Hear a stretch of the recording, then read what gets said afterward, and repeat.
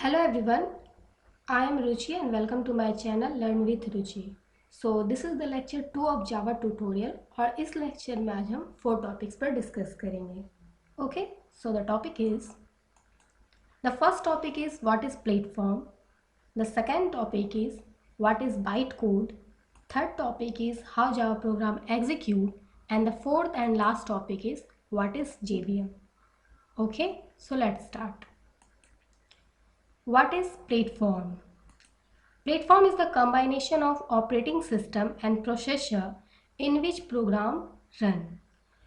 Operating system और processor यानी कि सीपीयू के कॉम्बिनेशन को हम लोग प्लेटफॉर्म कहते हैं जिस पर हमारा प्रोग्राम रन करता है. इसलिए जब भी हम लोग प्लेटफॉर्म इंडिपेंडेंट ये सुनते हैं तो इसका अर्थ ये होता है कि जो पर्टिकुलर प्रोग्राम है वो हर तरह के प्लेटफॉर्म पर रन करेगा. ओके, वो डिपेंड नहीं करता है कि वो किसी खास प्लेटफॉर्म या किसी खास ऑपरेटिंग सिस्टम और सीपीयू पर ही रन करे. ऐसा नहीं है. प्लेटफॉर्म इंडिपेंडेंट का मतलब है वो हर तरह के ऑपरेटिंग सिस्टम और प्रोसेसर पर आराम से रन करेगा without any recompilation, without any problem and without any modification. Okay, so in simple word we can say that platform is equal to software plus hardware. Software और hardware के ही combination को हम लोग प्लेटफॉर्म कहते हैं. Okay, सो जो Java program में हम अक्सर सुनते हैं जावा एक प्लेटफॉर्म इंडिपेंडेंट लैंग्वेज है. इसका मतलब ये है कि जावा जो है वो हर तरह के प्लेटफॉर्म पर रन करेगा. लेकिन इससे पहले की जो लैंग्वेजेस होती थी, जावा से पहले की जो लैंग्वेजेस थी, उनमें ऐसा नहीं था. वो किसी खास ऑपरेटिंग सिस्टम और सीपीयू पर ही रन करती थी, जिसके कारण उन्हें रन कर पाना बहुत मुश्किल होता था. उनके लिए अलग पर्टिकुलर ऑपरेटिंग सिस्टम और सीपीयू रखना पड़ता था जो कि कंफर्टेबल नहीं था, और इसी प्रॉब्लम को दूर करने के लिए जावा लैंग्वेज को बनाया गया. Okay, so the next topic is what is byte code. Bytecode is nothing but it's an intermediate code that is generated after compilation of source code. Bytecode एक इंटरमीडिएट कोड है जो कि generate होता है source code के compilation के बाद. जब सोर्स कोड कंपाइल होता है तो कंपाइलर जो है उसे कंपाइल करने के बाद एक इंटरमीडिएट कोड जनरेट कर देता है और इसी कोड को हम लोग बाइट कोड कहते हैं. Okay, it can not be read और अंडरस्टैंड बाय सिस्टम. ये जो बाइट कोड है, ये जो इंटरमीडिएट कोड है, ये सिस्टम के द्वारा रीड नहीं किया जा सकता. इसे अंडरस्टैंड नहीं कर पाता है सिस्टम. ये क्या है, इसे रीड करने के लिए, इसे समझने के लिए एक अलग मशीन आती है जिसे हम लोग जेवीएम कहते हैं, जिसके बारे में हम आगे डिस्कस करेंगे. Okay, that is system can not execute it. जब सिस्टम इसे रीड ही नहीं कर पाएगा, अंडरस्टैंड ही नहीं कर पाएगा, तो इसे एग्जीक्यूट कैसे वो करेगा. Okay, the extension of byte code is dot class. Byte code का जो एक्सटेंशन होता है वो डॉट क्लास होता है. That's why we can say dot class file, और इसलिए इसे हम लोग डॉट क्लास फाइल कहते हैं. ठीक है, जावा सोर्स कोड को जब हम लोग कंपाइल करते हैं तो कंपाइल करने के बाद एक डॉट क्लास फाइल जनरेट होता है. वो कुछ नहीं, वो बाइट कोड है. ओके, उसे हम लोग बाइट कोड भी कहते हैं, डॉट क्लास फाइल भी कहते हैं. Now the third topic is how Java program execute. JVM को समझने से पहले हमें ये अच्छी तरह समझना होगा कि जावा प्रोग्राम एग्जीक्यूट कैसे करता है. तभी हम समझ पाएंगे जेवीएम क्या है और ये क्यों यूज़ होता है, इसका क्या यूज़ है. Okay, Java program is execute in 2 stage. Java program 2 stage में एग्जीक्यूट होता है. In first stage Java compiler convert the source code into an intermediate code known as byte code. First stage में Java compiler जो है, आप इस image में देख सकते हैं, फर्स्ट स्टेज में जावा कंपाइलर सोर्स कोड को बाइट कोड में कन्वर्ट कर देता है. वैसा कोड जिसे मशीन रीड नहीं कर सकता, मशीन एग्जीक्यूट नहीं कर पाता है. ये फर्स्ट स्टेज में होता है. ओके, सोर्स कोड का जो सोर्स कोड हम लोग डॉट जावा फाइल कहते हैं क्योंकि इसका एक्सटेंशन डॉट जावा होता है, और बाइट कोड को हम लोग डॉट क्लास फाइल कहते हैं क्योंकि इसका एक्सटेंशन डॉट क्लास फाइल होता है. ये आप ध्यान में रखिएगा क्योंकि अक्सर ये वाइवा में हमसे पूछा जाता है कि सोर्स कोड का एक्सटेंशन बताओ या फिर बाइट कोड का एक्सटेंशन बताओ. Okay, in second stage the byte code is interpreted into machine code.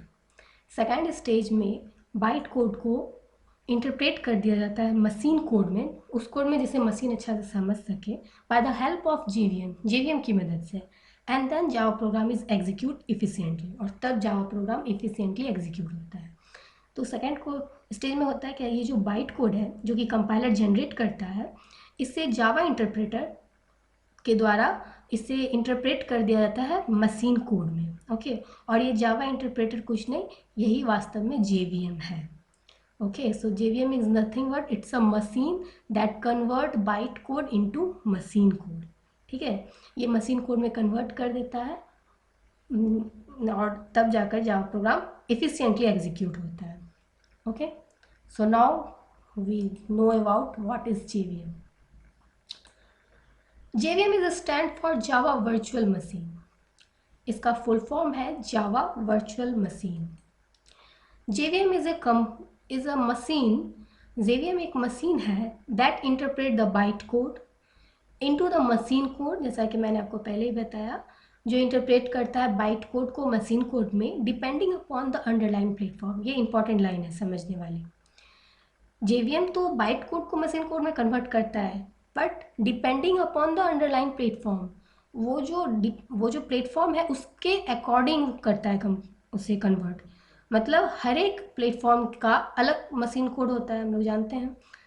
अलग अलग प्लेटफॉर्म पर अलग अलग तरीके से प्रोग्राम रन होता है, उसका अलग मशीन कोड होता है। तो JVM जो है उसी पर्टिकुलर मशीन कोड में उसे चेंज कर देता है उस बाइट कोड को, और यही कारण है कि JVM के ही कारण हम लोग जावा को प्लेटफॉर्म इंडिपेंडेंट लैंग्वेज कहते हैं। इस बात को गौर से समझिएगा। JVM is a platform dependent. JVM जो है वो प्लेटफॉर्म डिपेंडेंट है, that makes Java program platform independent, जो कि जावा प्रोग्राम को प्लेटफॉर्म इंडिपेंडेंट कहा जाता है।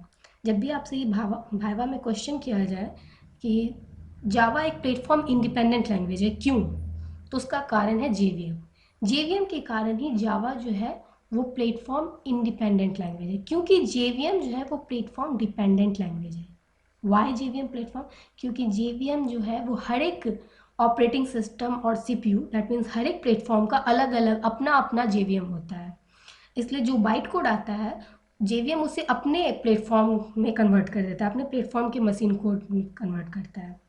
ओके, तो हम इसे एक डायग्राम से अच्छे से समझते हैं।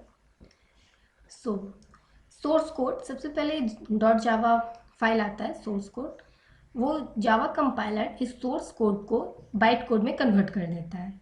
देन ये बाइट कोड अलग अलग ऑपरेटिंग सिस्टम, दैट मीन्स यूनिएक्स, एक यूनिएक्स ऑपरेटिंग सिस्टम, एक विंडोज़ ऑपरेटिंग सिस्टम, एक मैक ऑपरेटिंग सिस्टम है, तो ये बाइट कोड अलग अलग ऑपरेटिंग सिस्टम में ट्रांसफर कर दिया जाता है, और उस ऑपरेटिंग सिस्टम का अपना JVM होता है, JVM of unix, JVM of Windows, JVM of Mac. अब अलग अलग प्लेटफॉर्म का अपना अपना JVM होता है। तो ये जो है JVM इस बाइट कोड को, ये यूनिएक्स का जो JVM है वो बाइट कोड को यूनिएक्स मशीन कोड में कन्वर्ट कर देगा। उसी प्रकार विंडोज़ का जो JVM होगा वो विंडोज़ के मशीन कोड में उस बाइट कोड को कन्वर्ट कर देगा। उसी प्रकार मैक का जो JVM है वो बाइट कोड को मैक के मशीन कोड में कन्वर्ट कर देगा। ओके, सो अलग हर एक प्लेटफॉर्म का अपना अपना JVM होता है, दैट मीन्स JVM जो है वो प्लेटफॉर्म डिपेंडेंट होता है, और JVM के प्लेटफॉर्म डिपेंडेंट होने के कारण ही हमारा जो जावा प्रोग्राम है वो प्लेटफॉर्म इंडिपेंडेंट होता है। ओके, इसलिए जब भी हम लोग किसी भी ऑपरेटिंग सिस्टम पर जावा प्रोग्राम बनाते हैं, उसे कंपाइल करते हैं और उसका बाइट कोड निकाल लेते हैं, और उस बाइट कोड को हम सभी जगह ट्रांसफ़र कर देते हैं, ताकि अलग अलग ऑपरेटिंग सिस्टम अलग अलग प्लेटफॉर्म पर उसके जो JVM है उसके मशीन कोड में से कन्वर्ट करके रीड कर लेंगे। Okay, so that's it. Hope you will better understand and learn a lot from this lecture. Thank you for watching my video. Have a nice day.